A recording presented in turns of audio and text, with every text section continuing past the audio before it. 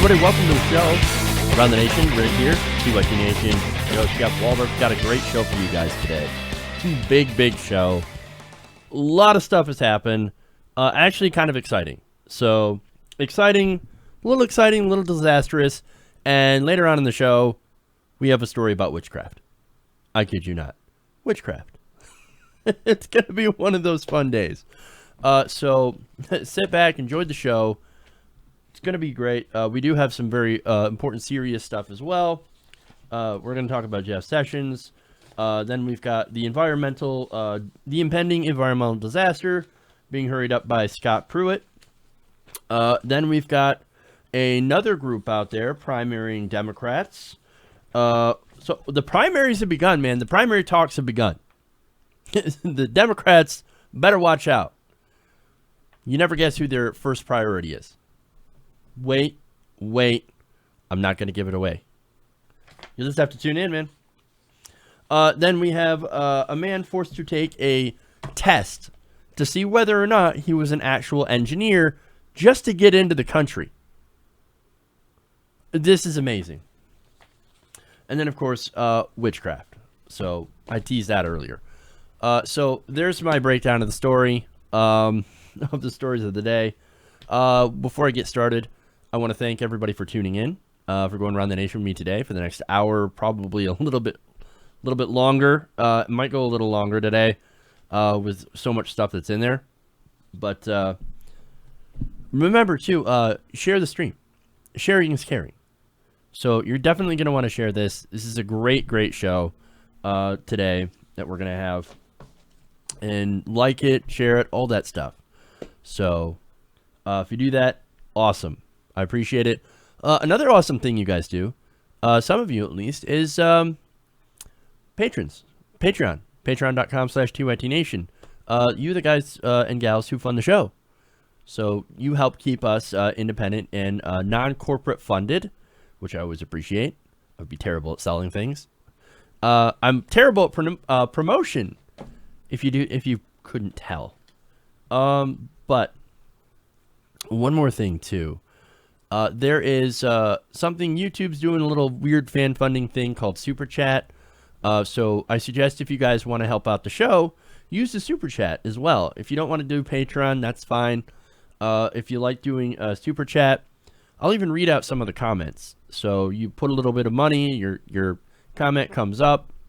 Not quite 100% how it works, but Super Chat sounds like it's kind of cool. It leaves a comment up there, and I can see it. It's pinned to the top of the page, so I can read it. And if I get any of those, I'll read them out during the show. Just to thank you guys for your support. All right, so there's a couple of different ways that you can help the show. But anyway, that's all taken care of. Let's get into the stories. And this first one is a long one. So there's a lot of stuff to this, a lot of information, a lot of commentary on this. This is about Jeff Sessions. Okay. Acting Attorney General Jeff Sessions might be in a little bit of trouble. Well, what did he do?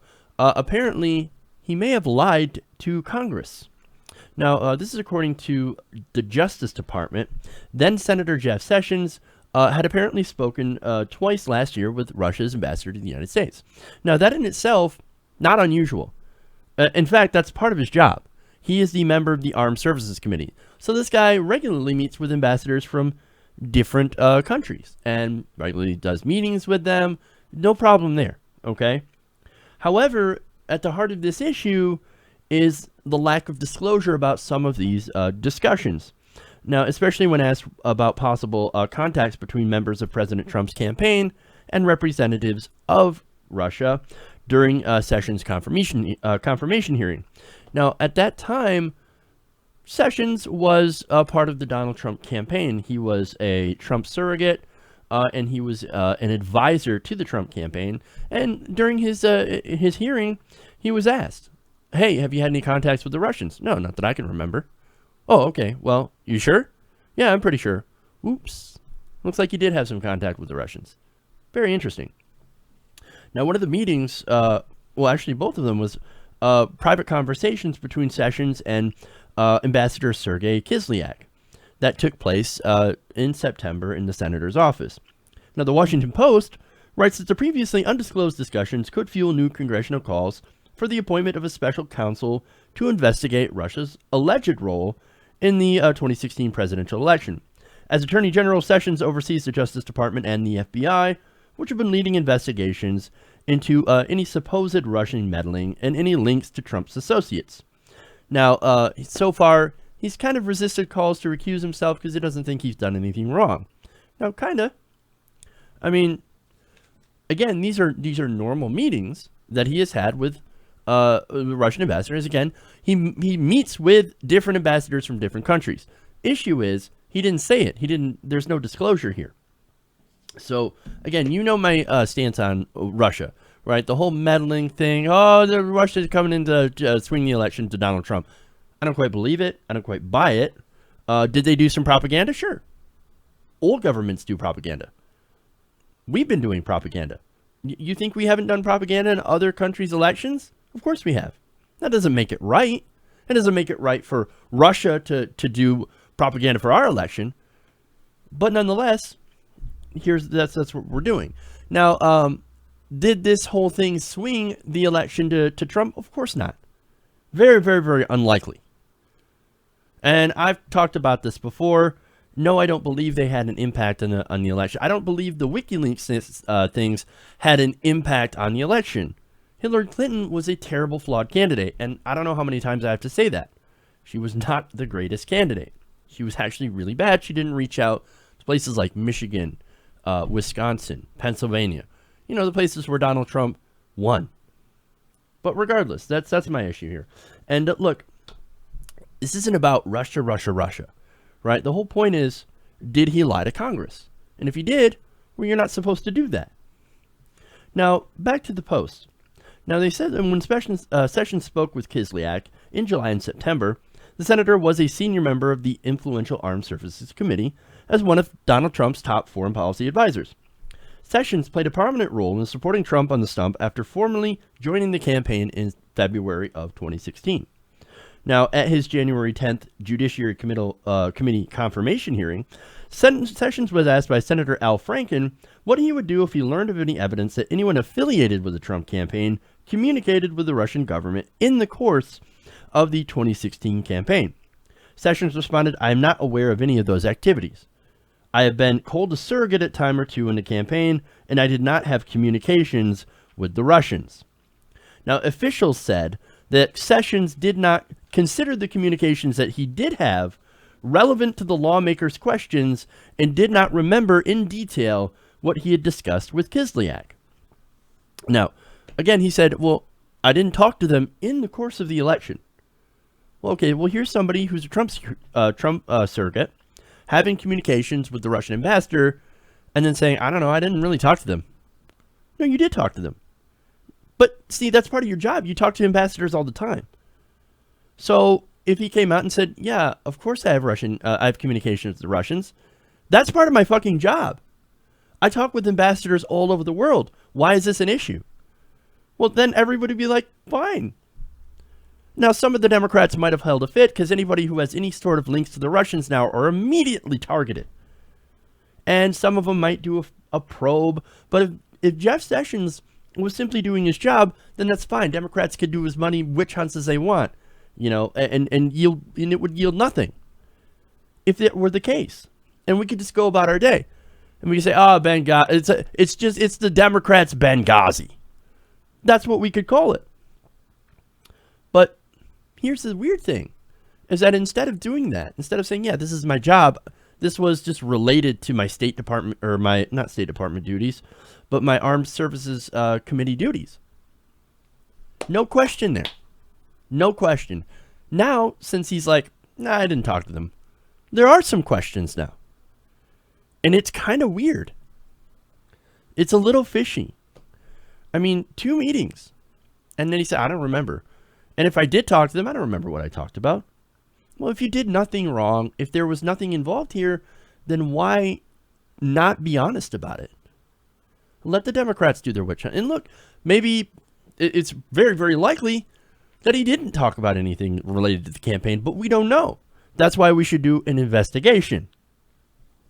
Now, in January, back to the Post, Senator Patrick Leahy asked Sessions for answers to some written questions. Now, one of these questions was as follows. Several of the president-elect's nominees or senior advisors have Russian ties. That would include Roger Stone, Paul Manafort, Corey Lewandowski, among others, General Flynn also. Now, those are the guys that had these Russian ties. Now, back to Leahy's letter here. He says, have you been in contact with anyone connected to any part of the Russian government about the 2016 election? Now, that's very, very specific, okay? That's asking, did you talk about the 2016 election with anybody from Russia? Odds are, probably didn't. And Sessions responded with, no, he didn't. That's a pretty straightforward answer, okay? Now, in a statement issued on Wednesday night, Sessions said he never met with any Russian officials to discuss issues about the campaign. He says, I have no idea what this allegation is about. It is false. So, look, if he didn't talk to them about the campaign, that's fine. If he did, well, why didn't he, why didn't he come out and say, well, no, that's not what happened at all? Again, why lie about some of these meetings? It's weird. Justice officials said Sessions met with Kislyak on September 8th in his capacity as a member of the Armed Services Panel, rather than in his role as a Trump campaign surrogate. That's normal. He was asked during the hearing about communications between Russia and the Trump campaign, not about meetings he took as a senator and a member of the Armed Services Committee, according to his spokesman. Again, if that's what happened, then why lie about it before? These are questions, man. It's not like I'm trying to give him the benefit of the doubt here.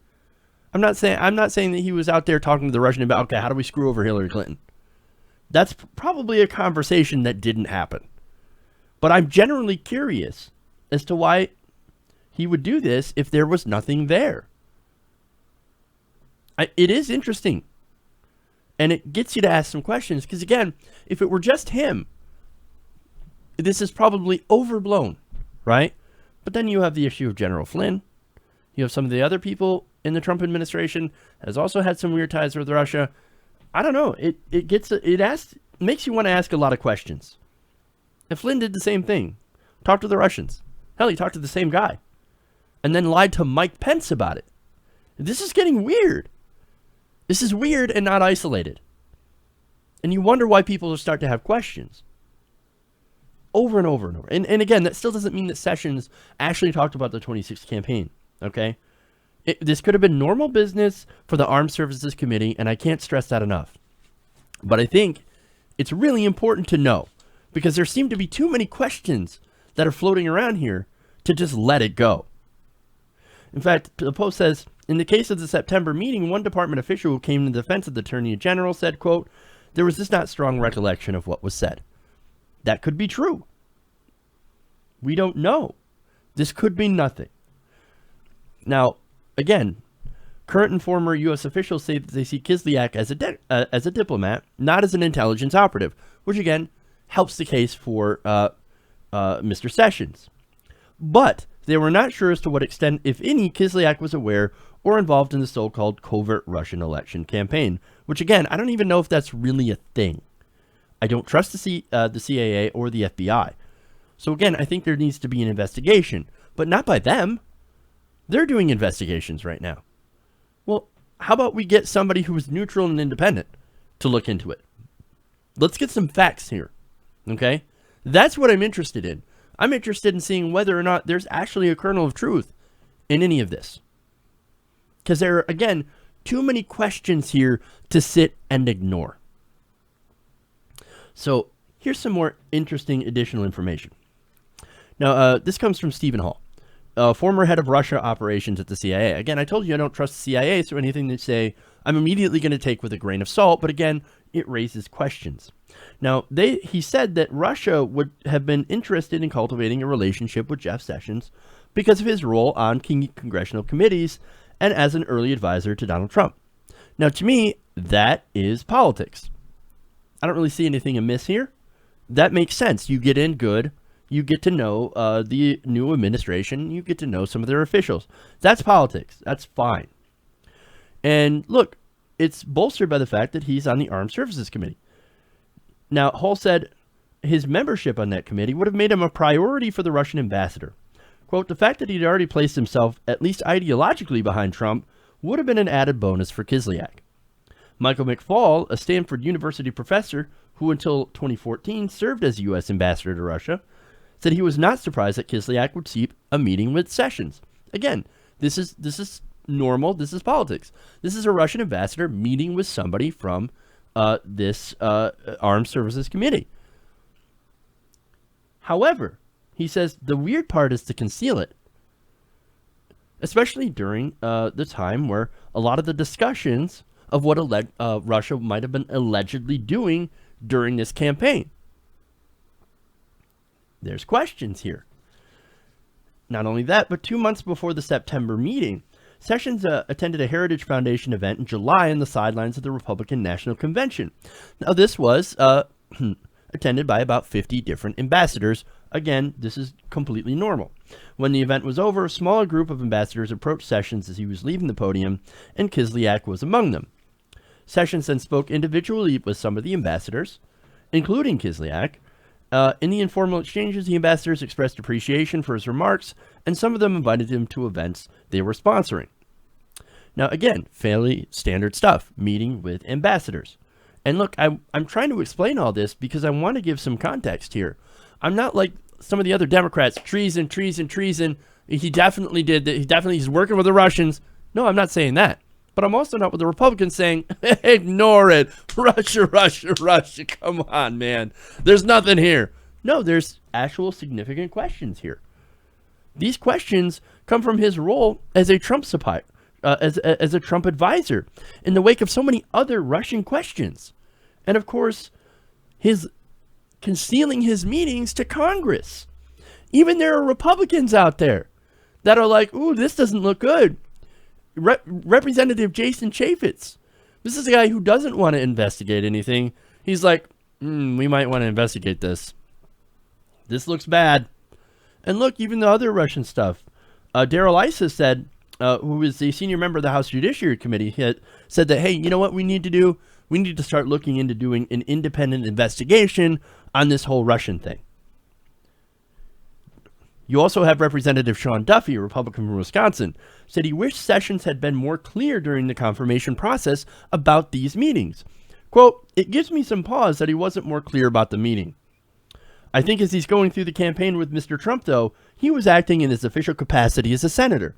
You want to disclose that information, and I did think it should have been far more clear during his confirmation process that he did have these meetings. These are Republicans saying, hey, you know, maybe you should have been honest with us instead of hiding these meetings. Yeah, sure, maybe they look bad.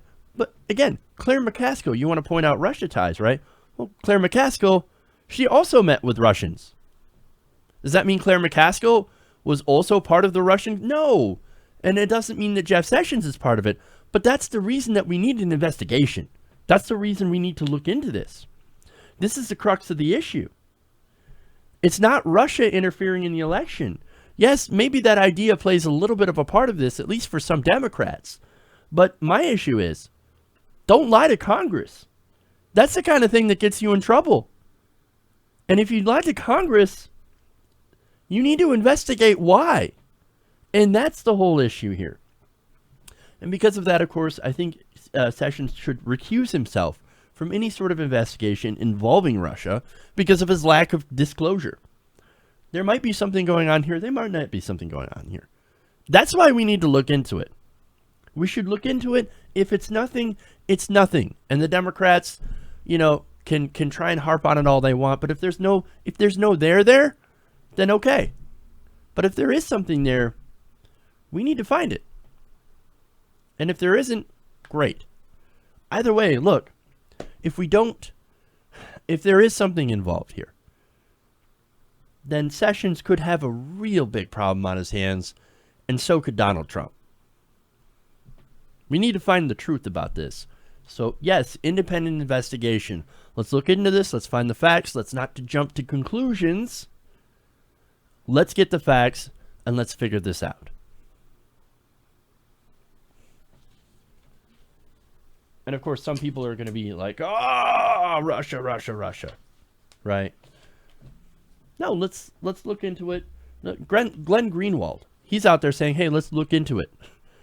Let's not buy what either side is saying. Let's look for the facts. Let's look for where they lie." And usually, Greenwald is pretty good at sniffing out bullshit. So, I'll defer to him on this one as well. All right. So let's go past the whole Russian thing. Let's get into something even more important, I think, and it's has to do with the climate. All right. Now, President Trump is assaulting environmental regulations at a pace which is on par to be the most aggressive since the days of Ronald Reagan. Wow. Now, Politico has reported that in just 40 days, Donald Trump has made it easier for coal miners to dump their waste into West Virginia streams. That's lovely. Ordered the repeal of the Clean Water Act protections for a lot of wetlands. The Trump administration has also proposed massive job cuts at the EPA and is prepared to eliminate the Obama administration's ambitious climate change regulations. So already, huge assault on climate change regulations. Fantastic. Now, recent spending cuts Trump has ordered would also eliminate 25% of the EPA's budget, even sharper than the reductions Ronald Reagan oversaw in his first term. Not only that, but of course, following his promises to bring back coal, which won't happen, Trump is expected to overturn Obama's moratorium on new federal coal leases as a gift. And as a gift to places like GM and Ford, his administration is also expected to loosen vehicle fuel efficiency standards. So, because, being able to drive cars that use less fuel is somehow a bad thing. Well, the oil companies love it because then, we get to make more money on gas. And the car companies love it because, hey, we don't have to come up with new ways to meet these fuel efficiency standards, which means new technology and more money on investment and research and development. No, we get to pocket all that money instead and send it to our shareholders. It's great for us. It's great for the car companies, great for the oil companies. Not so good for us because, when you have a car with a higher fuel standard, you actually save money at the pump. So, fantastic. And look, not only that, but he's also targeting Obama's pledge to send billions of dollars to the UN climate programs. Those are also likely to be cut. And I'm quite concerned, or I'm quite convinced and concerned that Trump will actually withdraw the United States from the Paris Climate Agreement as well. Now, of course, that's a non-binding agreement. You don't really have to do what's on it. But us being part of this agreement is a symbol to the other countries. Now, all of this is bad news, especially at a time when the effects of climate change are now on full display. 2016 was, of course, the hottest year on record, following 2015 and 2014, respectively. In fact, I saw a recent story where in 2015, Antarctica posted a record of 63 degrees. Antarctica. It was hotter there than in New York. Really? Holy shit, man. But no, nothing wrong there. No, let's ignore all that. And we need to deregulate some coal. Drill, baby, drill, man. More fossil fuels, more carbon. Who cares? Well, there are some people that do care. In fact, Republicans care. This is from Christine Todd Whitman, who is a Republican who served as George W. Bush's first EPA administrator. She said, quote, I haven't ever really seen anything quite like this. She said as she warned that any effort to weaken enforcement of environmental regulations could harm public health. She said, quote, a lot of that enforcement is protecting people against, contaminated water, smog, air pollution, etc., etc. But no, Christine, he doesn't care about that. His donors don't care about that. Again, he nominated Scott Pruitt to lead the EPA. I'm sorry, did I say lead? I meant he nominated Scott Pruitt to destroy the EPA. Man, I got to get this. I got to get my terms right, man. And speaking of the EPA, one career official in the EPA said many nervous employees are now living under Trump by two mantras. Quote, shelter in place and wait and see. Now, the official said that senior career staffers are being kept out of the loop on major decisions amid distrust from Trump's political appointees. So this is sort of the what's going on inside of the EPA now under Donald Trump. One official said some folks have no work, zero works. Others, who are the appointees trust because they are Republicans, are getting overtime while their counterparts are dying to even get work assignments. I mean, look at what's happening here. The EPA is not supposed to be a partisan agency. Remember, this was put into place by Richard Nixon. This was supposed to have one mission: protect the environment. This should be based on facts. However, some of the Republican appointees don't believe in those facts. They don't believe in the evidence, or more accurately, they're actually not paid to believe in evidence.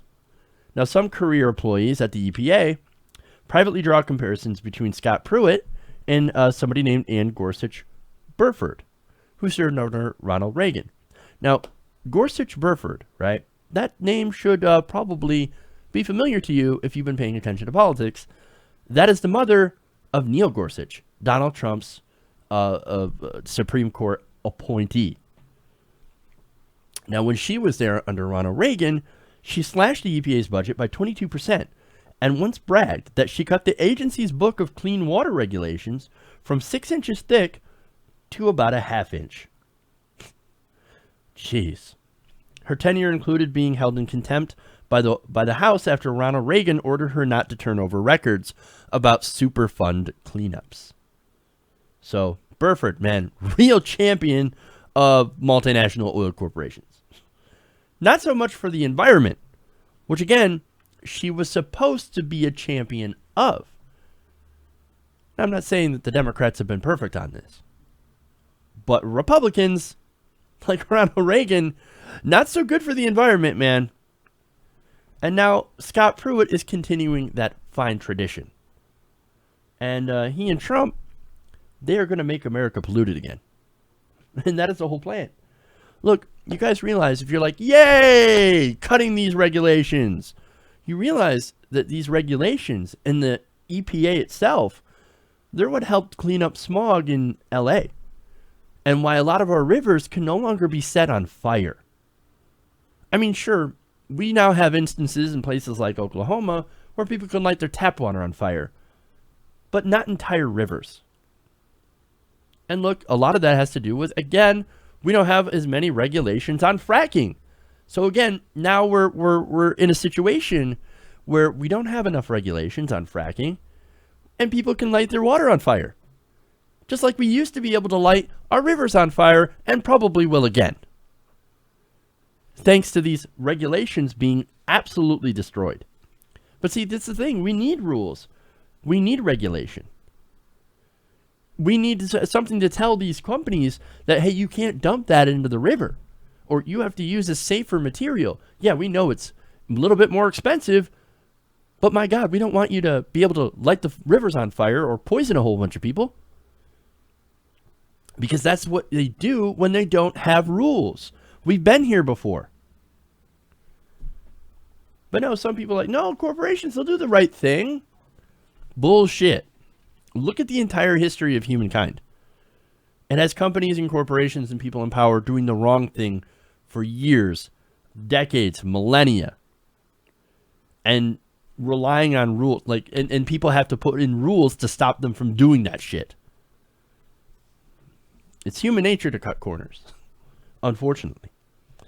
Now, again, Trump doesn't like these rules. The corporations don't like these rules. Scott Pruitt don't like these rules. So they're getting rid of them. And that's what's going on. Rules like limiting greenhouse gas emissions from coal-fired power plants. Now, again, this is, it's Obama's war on coal.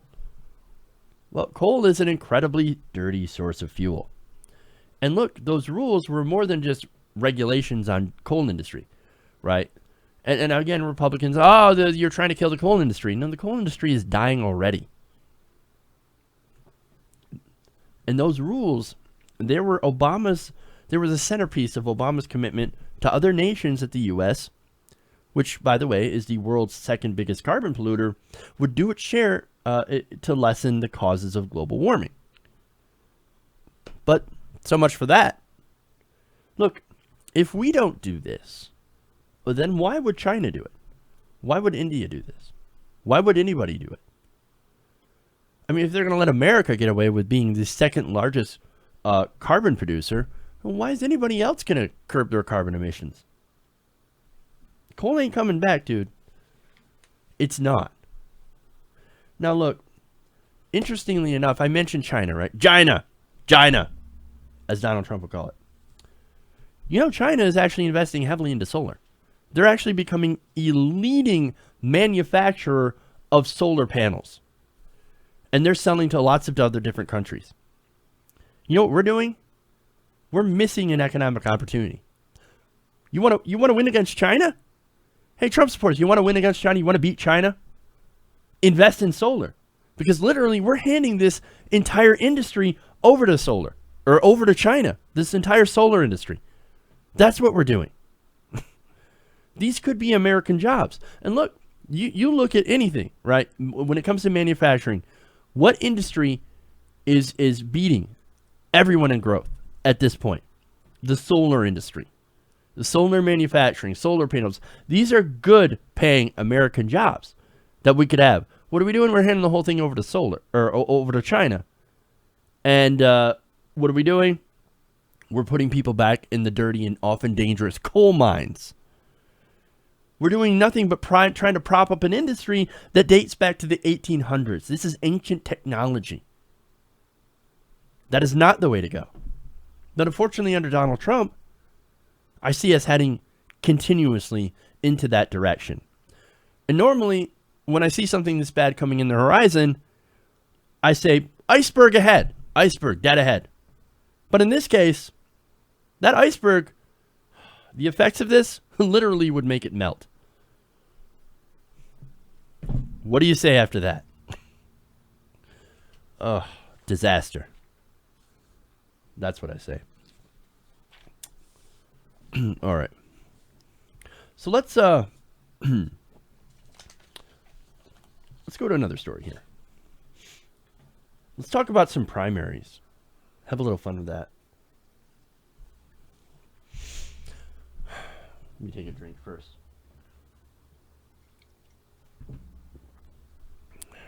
Okay. Now, if you are a Trump-friendly Democrat, then there is another progressive group that has their sights set on you. Now, with 10 senators up for re-election in 2018 in states that Donald Trump won, including West Virginia, one progressive group is looking to replace them with populists. Now, imagine that. Imagine running a progressive against an establishment Democrat or a corporate Democrat. Sounds pretty appealing, right? Well, one of these groups is called We Will Replace You. And, well, I mean, the mission's pretty clear. And there are, of course, other groups out there, which I'll mention in a minute. But We Will Replace You is headed by somebody named Claire Sandberg, who is a co-founder of this political action committee. Now, she says, quote, "We will fundamentally reject the assumption that Democrats can only win in red states by pandering to racists and big bankers. The way we beat Trumpism and take back Congress and state houses is offering a coherent vision to put our own to put people back to work. We don't need to completely compromise on our own values and principles." And I actually like this. Now, We Will Replace You is, of course, one of several different progressive groups that are threatening to primary corporate Democrats. Now, you also have the group Justice Democrats as well. Now, We Will Replace You is led by two former senior staffers from Senator Bernie Sanders' campaign. So, again, this is another group, along with Justice Democrats, that has former Bernie staffers involved.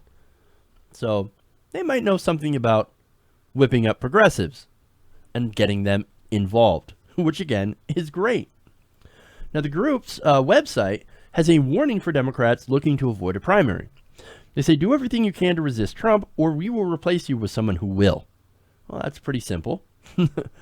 Now, the minimum qualifications to avoid that primary are these. Now, this is where I kind of disagree with them. They say voting against every Trump administration nominee, fighting against the confirmation of Judge Neil Gorsuch to the Supreme Court, being willing to slow down the legislative process to block the president's agenda, and pushing for the ouster of controversial chief strategist Stephen Bannon.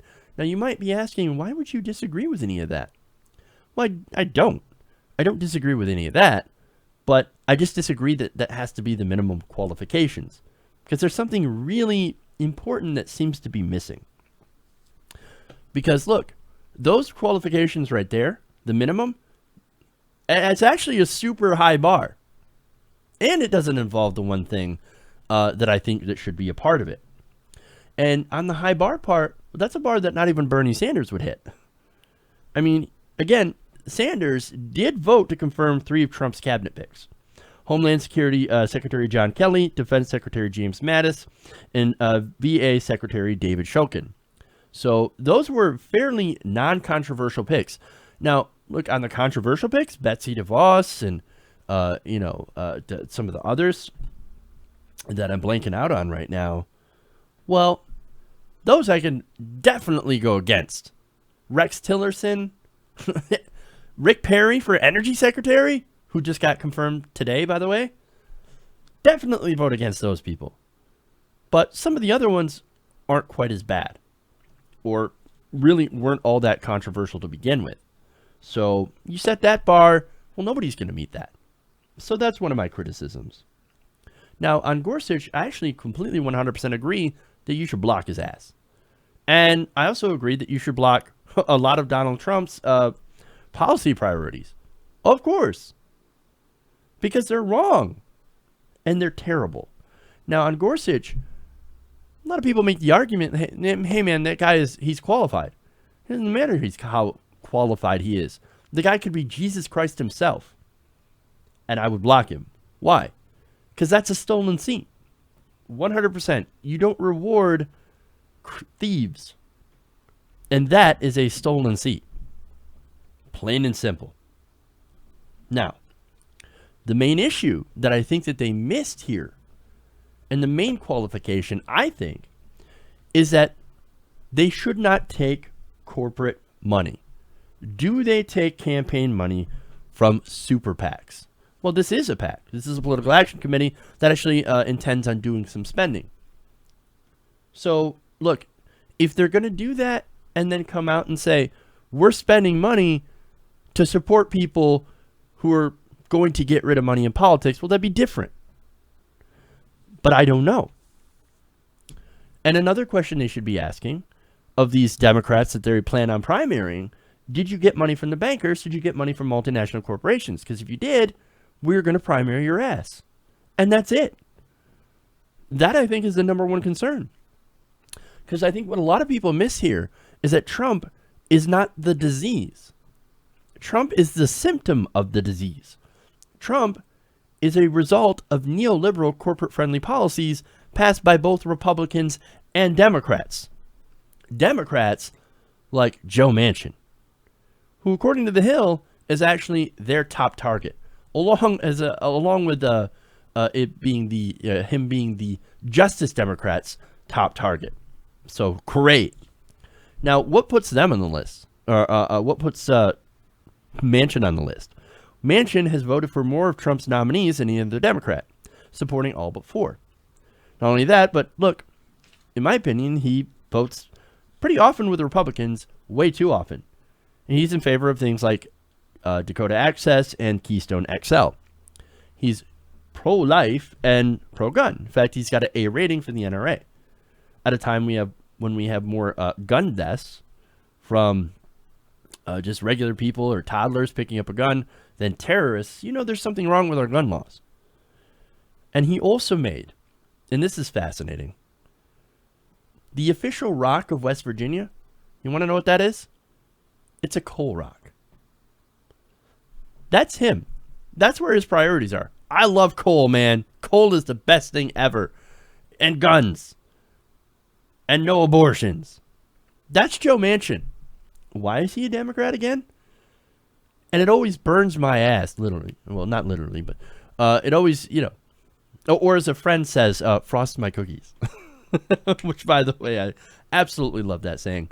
That there are Democrats out there that are like, Bernie Sanders, not a Democrat. He's not a Democrat, so why should we listen to what he says? Well, Joe Manchin votes with the Republicans. He is a Republican. He's a Democrat in name only. And yet he's considered more of a Democrat than Bernie Sanders. Fuck off. Fuck that bullshit. Now, I know, I get it. West Virginia, a little bit conservative, a little right wing. But look, even Republicans, even conservatives hate crony capitalism. They hate this big money in politics. They hate the fact that giant multinational corporations have more influence on the government than they do. They hate the special interests. Why not run on that? Any Democrat that is going to, run on, I love to take banker money, I love corporate money, needs to be primaried. End of story. You take big money, you're done, son. Because you don't represent us. You represent your donors. And unfortunately, that's what people like Joe Manchin stand for. He is a conservative corporate Democrat. And look, that doesn't necessarily mean that's going to play well in West Virginia. Maybe a progressive can't win there. Maybe it's just too right-wing. Maybe they love crony capitalism. Maybe they love the corporations. However, when you look at the evidence, Trump won. Trump ran against the corporate establishment. Yes, he's part of the corporate establishment. Yes, he is part of the 1%. But in the campaign trail, he ran against this. So maybe, I don't know, here's an idea. If you run as a populist, maybe you actually win. Now, Trump was a right-wing populist, which comes along with demagoguery, as well as some economic populism. And, when it comes to what brand of populism works better, left-wing populism is actually more effective because it doesn't rely on that demagoguery. It doesn't rely on that racism or nationalism. But it focuses more on economic and social justice. And look, if you run that way, you might, in West Virginia, you might lose the racists, but fuck those guys anyway. You don't need them. I think it's worth a try. So hell yeah, I want to see somebody either from the Justice Democrats or from this We Will Replace You group or any other progressive group. Do primaries. Primaries are worth a try. And thankfully there are groups out there that are willing to challenge these corporate conservative Democrats. But there is one thing, as I keep saying, that is important to remember. This is not just about fighting Donald Trump. We also have to fight against the neoliberalism, the corporatism in our own party. If we're going to win, we've got to fight both, and we have to do it effectively.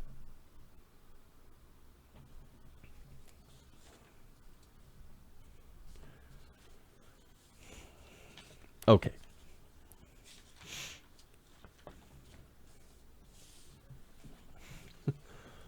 Switch gears. This is a rather disastrous story and an effect of the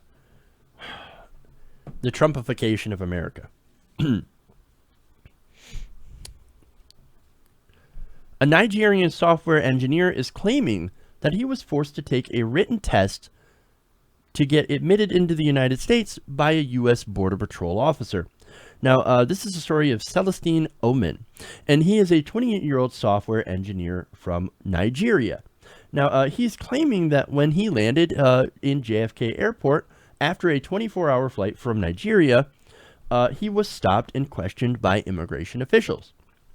Now, he's reportedly, according to LinkedIn, again, a software engineer from Lagos. Now, he is currently employed by Andela, which is a tech startup firm with offices in New York, Lagos, Nairobi, and San Francisco. So, apparently, he is on a business trip coming over here from Nigeria. Now, the firm says that it recruits the most talented developers on the African continent and connects them with the tech employers in the U.S. for potential job vacancies. Now, so he's over here on a visa. Now, say what you want about the H-1B or H-2B visa programs. I've criticized them in the past, but that's not really the heart of this issue. Now, Mr. Oman had reportedly been granted a short-term visa to work with a company called First Access, which is a financial company that is located in New York's Manhattan district. He's got this short-term visa. He's going to come over. He's going to fill a vacancy. He flies over, lands at JFK, and is immediately detained by these Border Patrol agents. Now, according to his post on LinkedIn, after being asked a series of questions by a U.S. Customs and Border Protection officer, he was taken into a room for further questions. Now, an officer is reported to have asked Mr. Oman, he says, "Your visa says you're a software engineer. Is that correct?" "Yes." Of course, he answered, yeah, I'm a software engineer. I'm here to work. I've got a temporary visa. All my paperwork's right here." He then says, well, that wasn't good enough for the officer. So he was given a piece of paper and a pen and told to answer questions to prove whether or not he is actually a software engineer. This is amazing. Now, what 2 questions was he asked? He was asked to write a function to check if a binary search tree is balanced. And then the other question is, what is an abstract class and why do you need it? Now, I don't know the answer to this question. I'm not a software engineer. But I guess the thinking was, well, if you're really a software engineer, you should know this. Now, Mr. Oman told LinkedIn that it seemed to him that these questions, they were not from actual, people who knew what they were talking about. It looked like they had been Googled by someone with no technical background. So, like, I just imagine the scene here at JFK. "Oh, you say you're an software engineer, right?" "Yeah, well, I don't believe it." "Hey, Chuck, go Google me some questions on software engineering. Make it snappy." Question right now, because right now, like, my brain's scrambled. Told by the officers that they were wrong because they weren't exact definition that you would find on Wikipedia. Because these guys literally wikied it and then say, okay, that looks like a good answer, or that looks like a good question. Now you got to give me that answer verbatim. "Oh, you didn't? Wrong. Yeah, we don't believe you are who you say you are." Wikipedia, man, just think about that. For computer science questions. Come on, man. This is crazy. Now, look, what's interesting is that even though he got those answers wrong, they ended up letting him go anyway. Why? Well, what happened? Well, first, according to the officer, according to Mr. Oman, the officer said, "Yeah, we're going to let you go, but you don't look convincing at all to me." It's amazing. "We're going to let you go anyway, but we're watching you, and we didn't believe you anyway. We still don't believe you." Well, then why did they let him go? Well, because it turns out they phoned Andela to verify his story. And would you look at that? Turns out the guy was telling the truth. But yet, hey, man, you don't look convincing. Come on, man. Now, in case you wonder what he looked like, he was a black guy. I don't know if that has anything to do with it, but it might have something to do with it. Amazing. Now, look, I am aware that Nigeria has some issues with a little group called Boko Haram, kind of causing some issues, right? And that is, of course, a Muslim terror group. These are the radical Islamic terrorists that are terrorizing Africa. Now, we don't seem to care about what's going on in Africa. It's only what happens in Europe and the Middle East. But even though they're having some issues with Boko Haram and the government is fighting against them, Nigeria is not on Donald Trump's travel ban. So what grounds did these officers have to take him into the room and question his credentials? The guy had a visa. He had all his paperwork. And he wasn't from one of the countries that was banned. What's the deal? This whole thing is insane. Look, if you want to know what extreme vetting looks like, I think this is an example. And it's funny, this whole vetting process, well, this looks a lot like racial profiling to me. Well, that's a weird coincidence, isn't it? No, it can't be. Can't be a coincidence. Look, this whole situation, if this is true, if this whole situation turns out to be correct, then it's wrong. This is not what America's supposed to be. We're not supposed to do this to people. And what are we doing it for? We're doing it in the name of safety? Oh my God, we got to protect ourselves from these software engineers. This is ridiculous, man. This is not what America's about. And it's disastrous that it's come to this. Okay. All right, we got one more story here for you guys. And we're going to have a little fun. It's the last one we've got. Witchcraft. Now, there are a lot of people that are fighting back against Donald Trump. Now, some are protesting in the streets. Some are protesting at town halls. Others are still trying to raise money to challenge Donald Trump and his agenda. And then there are some that are literally casting curses. I kid you not. Last week, a group of witches recently got together on Facebook to put a curse on Donald Trump. I mean, literally, they got into a circle and chanted, "You're fired. You're fired. You're fired." Wow. Wow. And they posted this video of them doing this ritual, so-called ritual of binding, in which they chanted this while burning a picture of the president. Now, look, that's funny. Now, obviously, it didn't seem to have worked because Donald Trump's still in office. But now, this whole thing, this has got Pat Robertson worried. Now, on his show, 700 Club, while responding to an audience question about, hey, I think my dad's in this cult or something, what do we do? Robertson couldn't help but tie this to the recent cursing of Donald Trump by this group of witches. This is hilarious. I read that a bunch of witches has gotten together to put a curse on Trump, and I think the Christians need to be praying for him to defend him, but at the same time send those curses back where they came from. So you just resist it in the name of Jesus. I will not receive it. I will not receive it, and I command you, Satan, loose me. And here's what you say. Use these words. I bind you, Satan, and the forces of evil. I bind you and the forces of evil. And watch what happens. In Jesus' name I made it. Okay. That thing with the witches was Friday night at midnight, and I know that all the believers that were on Facebook were canceling out those, curses from the witches and just pleading the blood of Jesus. And there were probably millions of Christians praying for him. Send them back where they came from. And, send the curse back. Send it back to those witches. Hey, watch what happens. And I'm watching. Nothing happened. Oh, well, maybe that's the point. I mean, those people that were praying on Facebook, man, they stopped the curses. So that's why nothing happened.